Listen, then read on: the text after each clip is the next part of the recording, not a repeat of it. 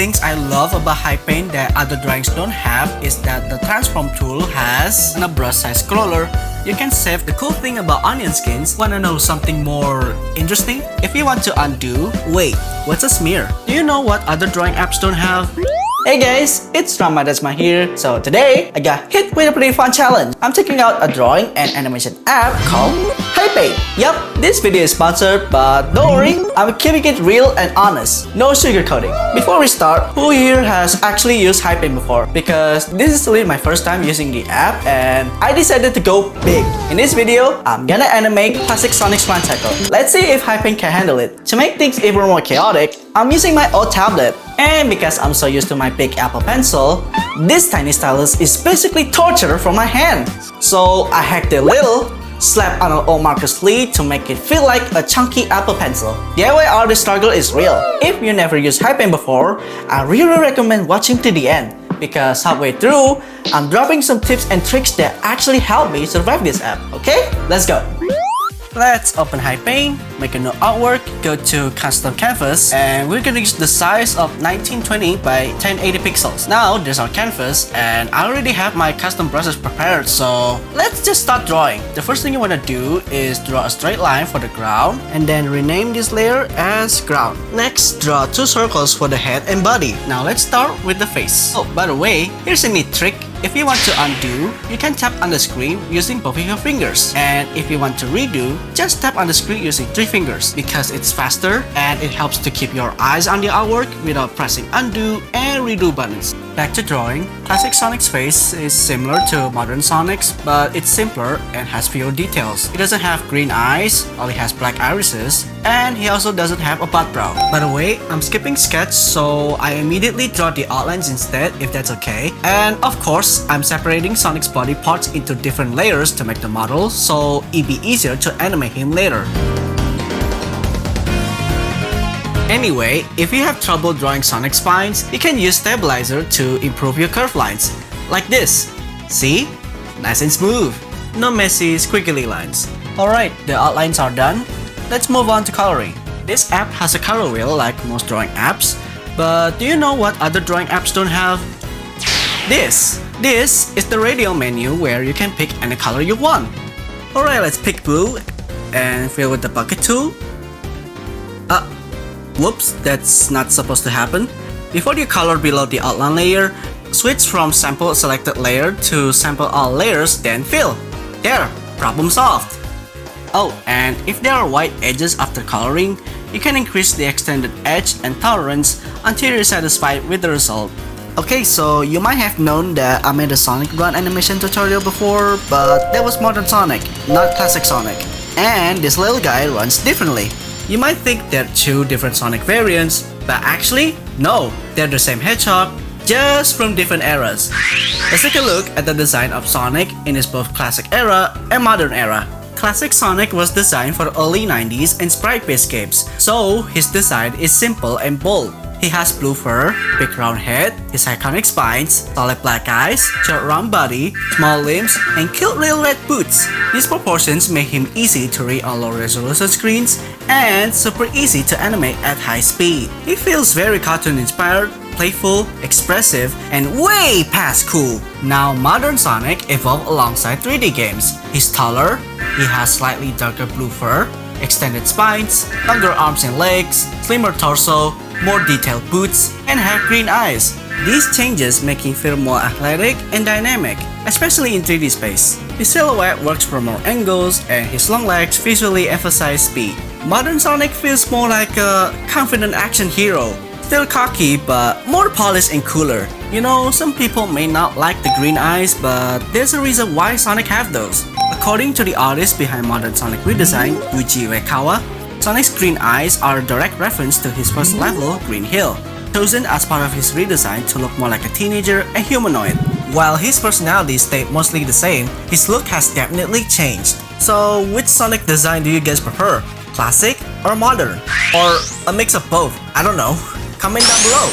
By the way, if you want to watch my modern Sonic Run animation tutorial, you can check it out in the info cards above.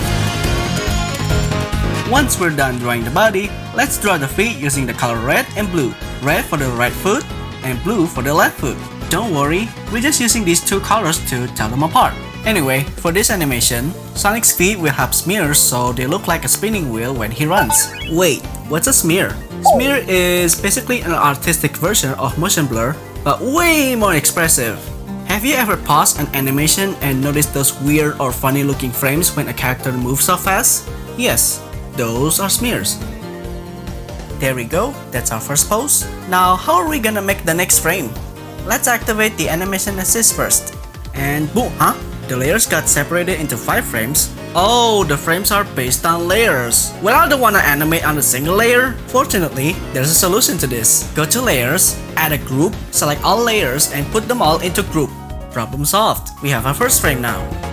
You can still open your layers, they're just in the group now. Let's rename it as Sonic 1. To make the next frame, just duplicate the group and rename it as Sonic 2. What else does the animation assist have on HiPaint? Onion skins. The cool thing about onion skins is that we can change the colors of previous frames and adjust the onion skin opacity. You can also do the same with the next frames. Now I'm gonna move his body up slightly, then move his spines down a bit. Okay.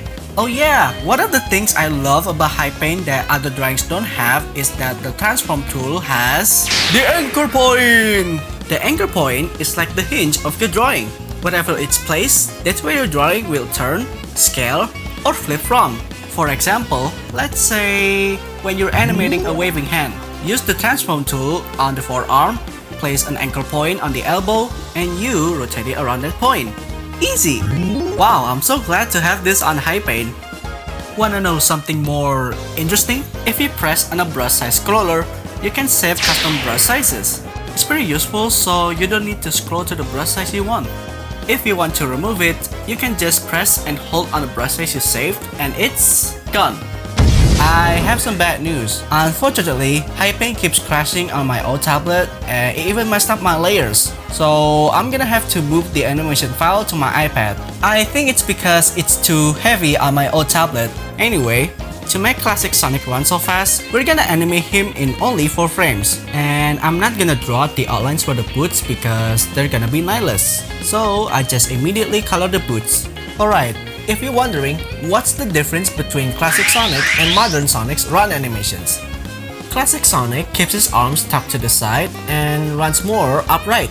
At top speed, his feet turn into a spinning wheel or a spinning red blur. Modern Sonic swings his arms back and lets them drag behind him. He leans forward while running, and his feet don't turn into a spinning red blur. So classic Sonic is more cartoony, and modern Sonic is more dynamic and anime inspired. Despite how different they are, both run animations are so iconic and loved by fans, especially those who grew up with classic Sonic. Okay, the shears are done. The last thing we need to do are the legs. I'm going to animate spinning blue spiral legs inspired by Sonic's run animation from the beta version of Sonic 2.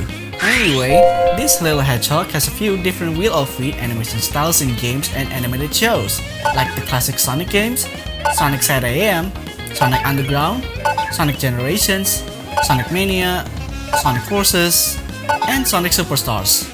Not only classic Sonic, but modern Sonic also used the classic run animation in Sonic 4 Episode 1 and 2.